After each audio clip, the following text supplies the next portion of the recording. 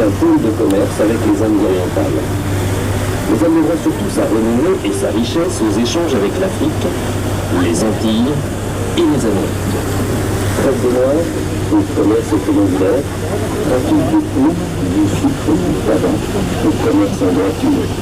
Nous sommes au XVIIIe siècle. L'activité du port est plus importante que celle de Nantes et de Bordeaux. Arrivent alors la Révolution et les guerres de l'Empire, avec leurs conséquences néfastes pour le commerce. L'activité ne reprendra qu'au milieu du XIXe siècle, avec l'arrivée du tourisme balnéaire, l'importation du charbon et surtout l'ouverture du port de commerce de La Rochelle-Palisse en 1890.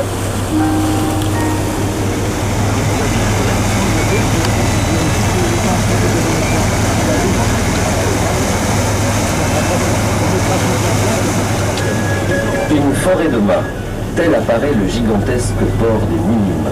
C'est tout simplement une des plus grandes marinas d'Europe avec près de 3500 bateaux sur 10 km de ponton.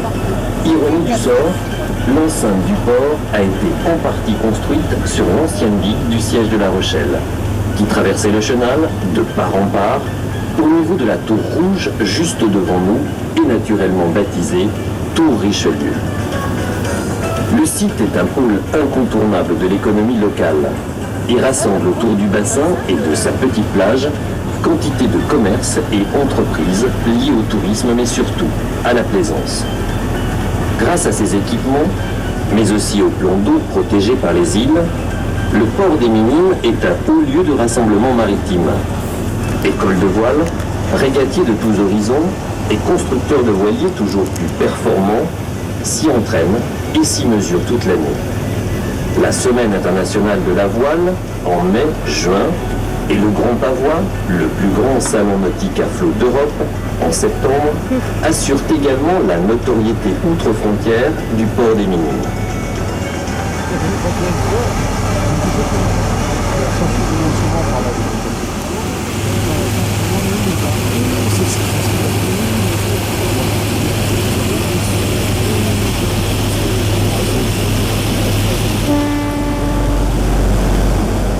Détendre la sangle au maximum, la passer autour de la taille, puis dans la boucle, clipser et serrer. Si nécessaire, activer le signal lumineux en tournant.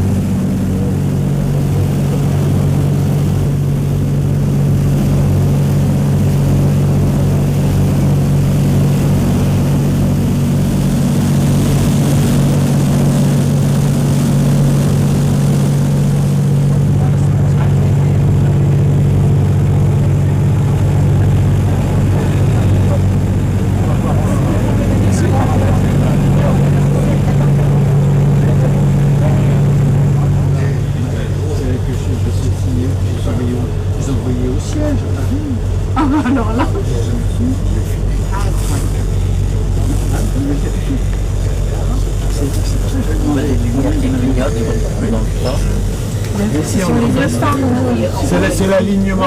C'est l'alignement des deux phares. Des deux phares pour être sûr qu'on est dans le... Un au-dessus. Voilà.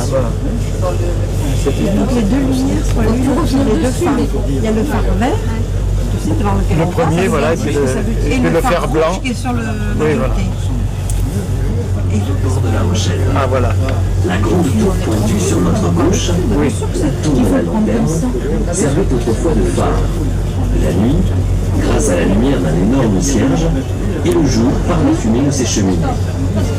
Les deux autres tours sont l'image même du vieux port et la fierté de la ville. La plus haute, du nom de Saint-Nicolas, le patron des gens de mer, repose sur des pieux de bois. Elle servit de dépôt d'armes, de prison, puis de magasin d'artillerie. La seconde doit son nom à la chaîne que l'on tondait chaque soir entre les tours pour fermer l'entrée du port.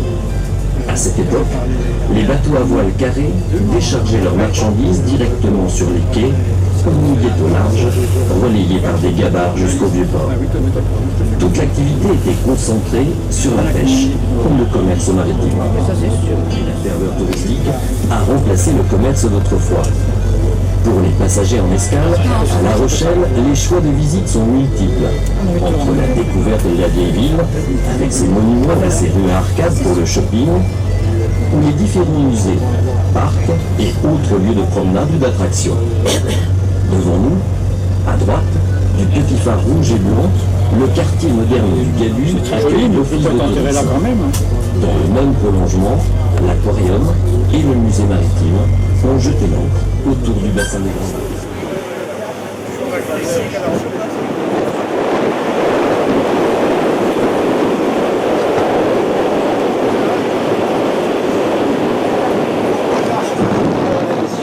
D'ici quelques instants, nous allons arriver à La Rochelle, ce qui signifie le terme de cette croisière.